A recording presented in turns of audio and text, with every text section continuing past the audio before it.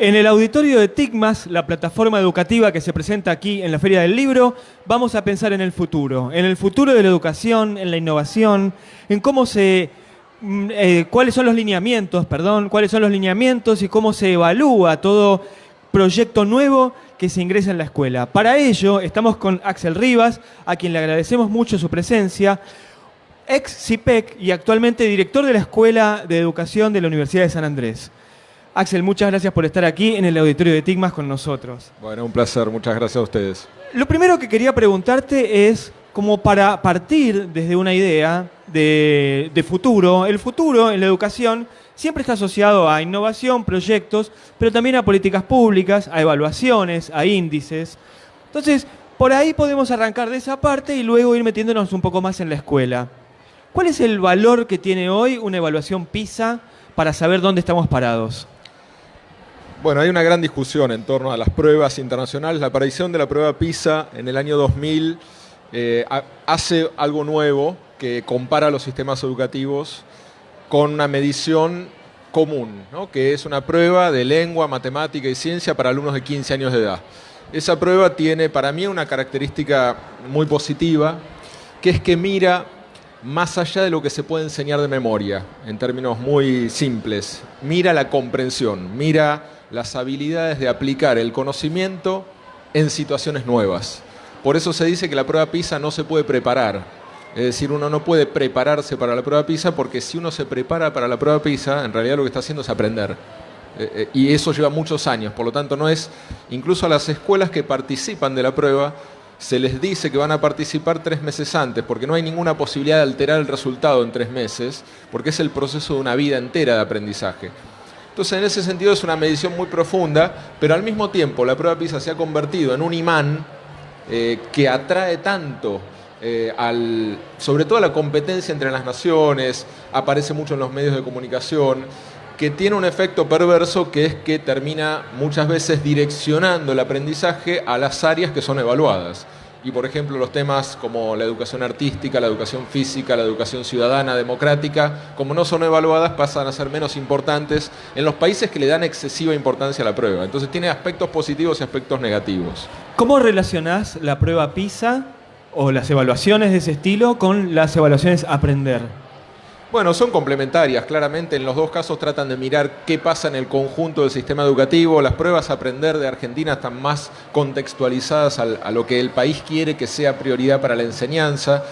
Yo creo que son miradas complementarias. Siempre hay que tener mucho cuidado con estas pruebas que no son la verdad revelada, no son una radiografía exacta del sistema educativo, son muchas veces imprecisas, pero también es peligroso el discurso antiprueba, porque tenemos que tener alguna evaluación de cómo funciona el sistema. Ahora, cuando eso se convierte en una mirada muchas veces persecutoria de los docentes y de las escuelas, donde se utiliza la prueba para denunciar todo lo que funciona mal, y se convierte de alguna manera en un efecto de bola de nieve, en un efecto cascada, donde en realidad el efecto de la prueba es hacer sentir peor a quienes son responsables de las aulas, no hacerlos más responsables, ¿no? Ahí me parece que es más peligroso. La foto de las Aprender de ahora, de los últimos 3 o 4 evaluaciones, da una idea hacia dónde debe ir el plan educativo, dónde tiene que hacer ajustes y dónde tiene que profundizar. Bueno, creo que ya lo tenemos desde hace muchos años. Las pruebas en Argentina tienen ya más de 20 años, desde el año 93, con lo cual una idea del sistema educativo tenemos desde hace tiempo. Es importante que haya una medición. Y al mismo tiempo tenemos que ser capaces de reconstruir la discusión pedagógica, ¿no? Y me parece que lo que sí ha hecho bien el gobierno actual en el uso de las pruebas es poner más foco en una discusión de políticas pedagógicas y curriculares, como por ejemplo está pasando ahora con la matemática, ¿no? Se ha convertido en un tema que el gobierno ha tomado como una prioridad. Dudo si es capaz de resolver el problema y muchas veces termina simplificándolo en exceso por el corto plazo de la política. Pero es bueno que al menos discutamos temas de pedagogía, de enseñanza, de currículum. Bueno, hablábamos de esta idea de las pruebas y las evaluaciones como plataforma de despegue. Esa plataforma de despegue finalmente es de inmersión en las aulas, ¿no? ¿Qué proyectos educativos de innovación estuviste siguiendo que te parezcan experiencias valiosas o valederas. Bueno, a ver, la innovación obviamente es un tema que recorre la historia de la educación, es tan vieja como la escuela, la innovación. Al lado de las escuelas tradicionales siempre hubo proyectos alternativos, para llamarlos de alguna manera. Creo que lo que ha cambiado en los últimos 10 años y no más allá, y cada vez más intensamente, en los últimos 3, 4, 5 años más intensamente, es que estas discusiones acerca de modelos alternativos de escuela, la idea de innovación como concepto que irrumpe sobre el discurso tradicional del aula, de la enseñanza como práctica expositiva en un aula, de un currículum ordenador, de una prueba final que termina de verificar el aprendizaje, es algo que está cada vez más en el centro de la conversación educativa. Antes estaba en el margen, algunas escuelas alternativas, algunos educadores, pedagogos que discutían en los márgenes la matriz escolar. Hoy esa matriz está en discusión y yo creo que es una discusión saludable porque necesitamos redefinir lo que concebimos como aprendizaje tradicional. Es una faceta mediocre del aprendizaje, es una faceta extremadamente memorística, sufrida, que los alumnos encontraron desde siempre que no hacía mucho sentido y finalmente los adultos parecemos estar respondiendo a esa demanda. Ahora, ¿cómo lo hacemos? Requiere una enorme responsabilidad, porque el reemplazo de esa forma escolar tradicional puede llevarnos a experimentos con los seres humanos, con los niños, y todavía no tenemos reemplazos tan claros, sobre todo a gran escala, sí a pequeña escala. En términos de políticas es mucho más difícil encontrar modelos que funcionen, que sean replicables, que sean, de alguna manera tengan la capacidad de ser institucionalizados en el tiempo. ¿Qué cambió el paradigma de la educación de estos últimos 10 años? Bueno, yo creo que el movimiento... ¿Qué provocó, perdón, ¿no? ¿Qué provocó el cambio en el paradigma de la educación? No sé si hay una fácil respuesta. Creo que hay una aceleración del cambio de paradigmas, de cambio cultural, ¿no? El avance de la tecnología, el consumo mediático, la distracción de nuestros alumnos, el consumo personalizado, ¿no? La escuela es una institución de broadcasting, en el sentido de los medios de comunicación, ¿no? El broadcasting es un modelo en el cual, si uno lo piensa, hace algunos años nosotros mirábamos nuestra serie de televisión a la misma hora todos, era bastante masiva y al día siguiente la comentábamos en el trabajo, ¿no? Hoy estamos todos personalizados a través de algoritmos que nos conocen cada vez más, hay una oferta cada vez más amplia, sofisticada, de nichos, de entretenimiento cultural y de videojuegos, consumos, que entendemos ahora en la educación que no podemos ofrecer lo mismo a todos al mismo tiempo y esperar que eso tenga resultado. Entonces hay ciertas tendencias culturales y en los medios de comunicación que obligan a la educación a redefinir la estructura de su mensaje, la relación humana. Lo que pasa es que es mucho más difícil hacerlo cuando no hay un canal que conduzca eso de manera masiva, ¿no? ¿La escuela siempre llega tarde a los cambios? No siempre, en ciertas épocas inauguró muchos cambios, ¿no? Pero es una institución de la modernidad, es una institución que es mucho más, a veces se piensa en la escuela como una institución fabril, industrial, ¿no? Y esa es una lectura equivocada de la historia de la educación. La escuela no es en su origen una institución que se parece a la fábrica o que imita a la fábrica y que prepara para el mundo del trabajo. Es una institución religiosa, es una institución que nace de las iglesias, que nace de las guerras religiosas y que el objetivo principal por el cual nace la escuela en el siglo XVII, XVIII, es para conquistar las creencias. Es una institución que se moldea para conquistar las creencias, lo que las otras personas, los pequeños, los niños, los jóvenes, piensan. Por eso es una institución de encierro. Es una institución que separa a los niños de su familia durante muchas horas, durante muchos años. Hace una operación de frontera, separa del exterior, aísla. Es una operación de aislamiento para poder introducir en la mente, en las creencias, en los sentimientos de ese niño, futuro joven, las creencias antes que nada religiosas.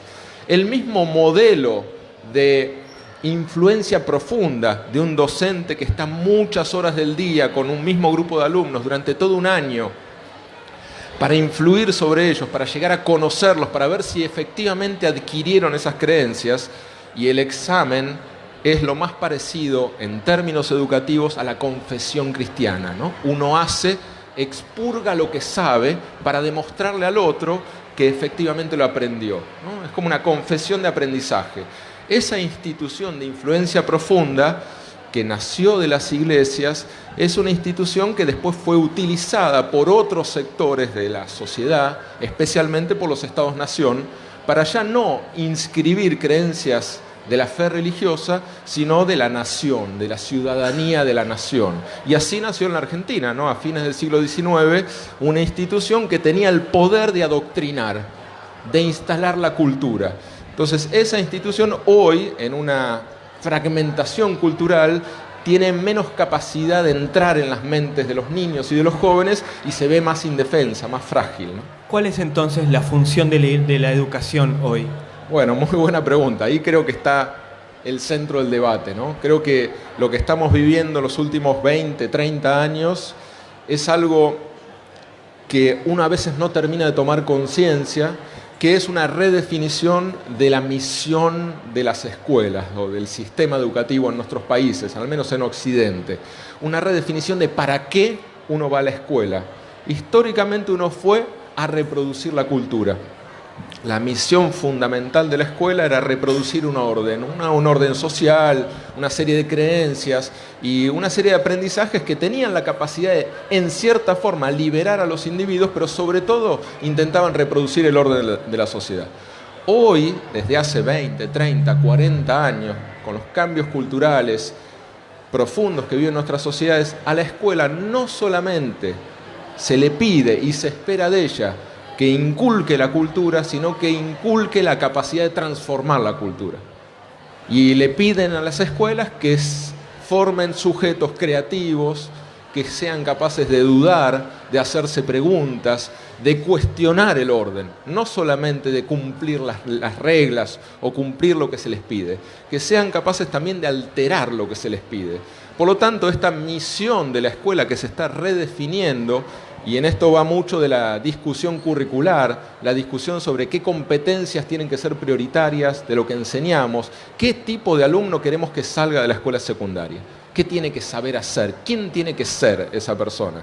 Es una discusión que está cambiando, felizmente está cambiando, y podemos esperar hoy de la escuela una misión más emancipatoria, que tenga la capacidad de dar más poder a los sujetos para reescribir su propia vida y que no sean ellos gobernados por el destino que les fija la escuela.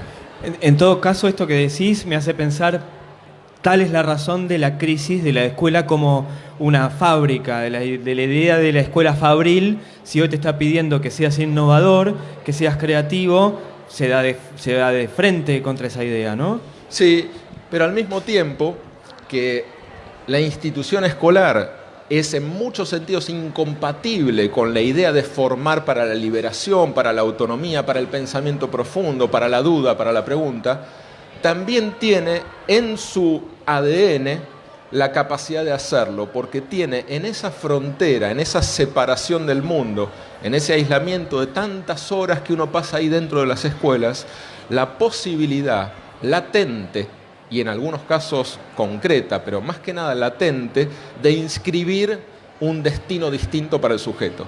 El sujeto que viene a la escuela, piénsese en un niño de sectores populares, tiene en la escuela la oportunidad de su transformación. Si no hubiese escuela, si no hubiese institución, frontera, separación, sería casi imposible pensar en el cambio de las trayectorias de vida.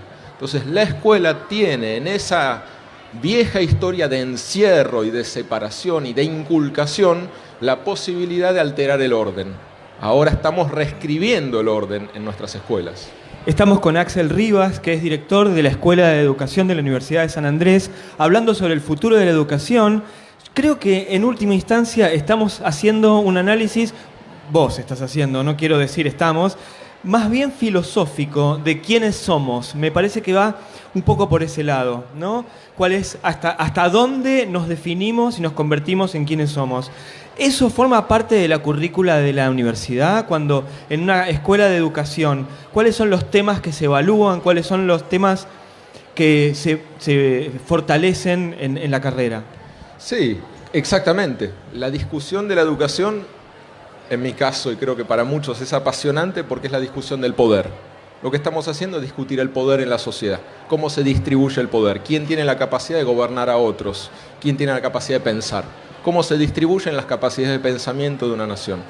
Entonces es un instrumento político, es un instrumento que distribuye riqueza simbólica o que consolida la riqueza simbólica.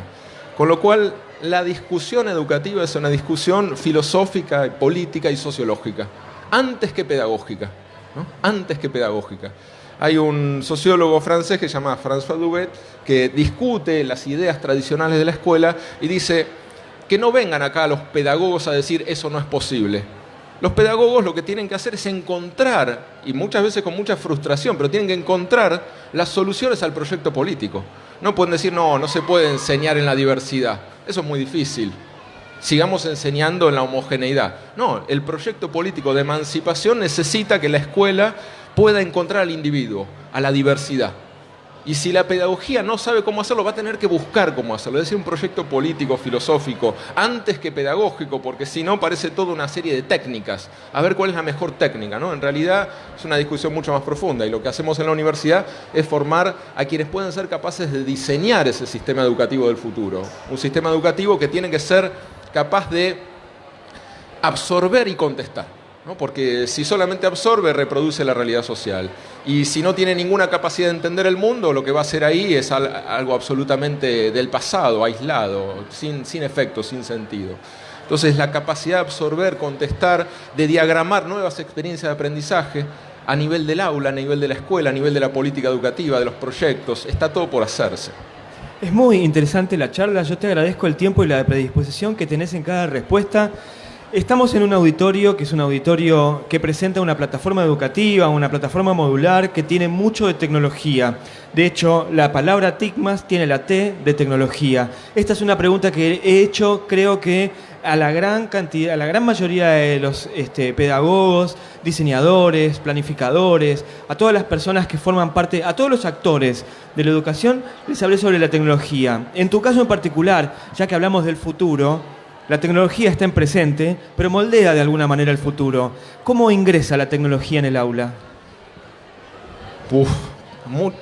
Están pasando muchas cosas en el mundo de la tecnología de la educación y yo creo que ahí es donde uno tiene que entender la relación entre cambios tecnológicos y modelos de aprendizaje, ¿no? ¿Dónde está entrando más fuertemente la tecnología de manera más troncal dentro del sistema educativo? En los países asiáticos, en los países que tienen una gran competencia por lograr llegar más lejos en la educación. La vida de ciertos países como China o Corea del Sur depende de tu éxito educativo. Todo en tu vida depende de las calificaciones escolares, a qué universidad vas a ir, qué empleo vas a tener, cuánto vas a ganar, qué prestigio social. Son sociedades extremadamente educativas y que se rigen mucho por los exámenes. En estas sociedades está entrando muy fuertemente el desarrollo tecnológico. Por ejemplo, la inteligencia artificial para ayudar a moldear la enseñanza, ¿no? Por ejemplo, hoy en China ya hay muchos experimentos, es un país que está muy avanzado en el uso de la tecnología en todos los campos. 1 de cada 4 escuelas está utilizando un sistema de algoritmos de corrección de ensayos por inteligencia artificial, es decir, una máquina que corrige los ensayos de los alumnos, para acelerar el proceso de devolución, que no tenga que esperar el alumno a que su profesor, su maestra, su maestro le lea su ensayo, lo lee una máquina e instantáneamente le da una respuesta. Esta es, creo, una avenida en la cual los países están de alguna manera potenciando modelos más memorísticos, más basados en el examen, con la tecnología. La otra es la avenida del edutainment, ¿no? El aprendizaje fusionado con el entretenimiento. Y ahí tenemos muchísimas experiencias que vienen de todas partes, de editoriales, de empresas educativas, de empresas tecnológicas. Hay un concepto que aparece una y otra vez, que es el concepto de gamificación, ¿no? Donde uno empieza a aprender como adictivamente, como si jugase un videojuego, ¿no? A sumar puntos, a tener medallas, ¿no? Baches. Y estos modelos son muy tentadores, pero nos devuelven una imagen de la educación que es extremadamente frágil, porque en definitiva es como la coraza de la educación. Es el viejo modelo de los pequeños incentivos externos, ¿no? Aprender porque tu maestra te pone una estrellita en el cuaderno, ¿no? O aprender porque alguien te va a mostrar que sos el abanderado o vas a tener una nota, ¿no? Es decir, son modelos mucho más sofisticados que utilizan algoritmos que pueden leer el placer, ¿no? Como uno suelta dopamina en el cerebro mientras tiene el acceso a ese puntito extra, y estos algoritmos son tan capaces de leer nuestra mente que son muy sofisticados y muy exitosos. Pero el éxito es de patas cortas, porque en definitiva no hay una discusión sobre el sentido del aprendizaje, el por qué tengo yo que aprender esto, por qué me va a cambiar la vida, ¿no? Es una visión muy instrumental que, claro, en un momento en el cual todos los alumnos, o buena parte de los alumnos, está ahí tentado por el entretenimiento, por el consumo a medida, que roba horas y horas de nuestro día, tener una pantalla educativa que hace algo similar, pero es educativo, es tentador. Yo creo que es peligroso que ese sea el modelo tecnológico y que tenemos que usar la tecnología para generar dosis de sentido en la escuela. Cómo diseñar algoritmos que nos hagan pensar. No algoritmos que nos hagan ir a la próxima oración porque leímos, contestamos y nos dieron un puntito y nos sentimos bien que nos dieron un puntito. Cómo diseñamos algoritmos que nos pongan en situación de encrucijada vital para poder hacernos preguntas sobre por qué tenemos que aprender. Y esto también es parte de la discusión sobre los diseñadores de la tecnología, ¿no? Si los diseñadores tienen una visión muy mercantilizada de la educación y lo único que piensan es cómo hacer un negocio con la educación, poco les va a interesar el sentido. Y hoy la tecnología es un gran imán, un campo magnético para atraer grandes intereses comerciales para vender conocimiento, porque la educación paga. Axel, es interesantísimo hablar con vos. Ahí lo tenemos a Lucas Delgado. En un ratito él va a seguir en nuestra charla. Creo que me parece que va a ser un lindo tándem ver las dos entrevistas. Te dejo la última pregunta ya para el final, aunque sea muy brevemente. Hablamos de futuro. Vos estás hablando de futuro, estás hablando de una discusión política. No sabemos cómo va a ser el mundo dentro de 10 años. ¿Sabemos cómo va a ser la educación dentro de 10 años? No, claro, no lo sabemos. Es probable que tengamos que hacer un gran ejercicio, sobre todo aquellos que trabajamos en la educación y sobre todo los docentes que están en las escuelas, los directivos, por sentirse actores. Y esto requiere de políticas, requiere de presupuesto antes que nada, porque sin presupuesto es muy difícil sentirse actor. Requiere de una apuesta de políticas de construcción con las escuelas, pero también cuando esas políticas no están o el presupuesto no está, también hay una responsabilidad de ser capaz de reflexionar sobre lo que uno hace y reflexionar sobre el sentido de las prácticas. Si nosotros no somos capaces de generar autoría docente, autoría pedagógica, es muy probable que el sistema educativo sea una luz que se apaga lentamente, porque no es tan fácil reemplazarlo. No es que va a venir una tecnología nueva y va a crear un modelo a distancia de escuelas. Yo creo que eso no va a pasar. Creo que las escuelas van a seguir estando ahí. Ahora, si no hay poder de agencia, de rediscutir el orden, es probable que su luz, la luz de las escuelas, sea cada vez más débil, aunque no desaparezca. Axel Rivas, director de la Escuela de Educación de la Universidad de San Andrés, te agradezco muchísimo que hayas pasado por el auditorio de TICMAS. Bueno, muchas gracias.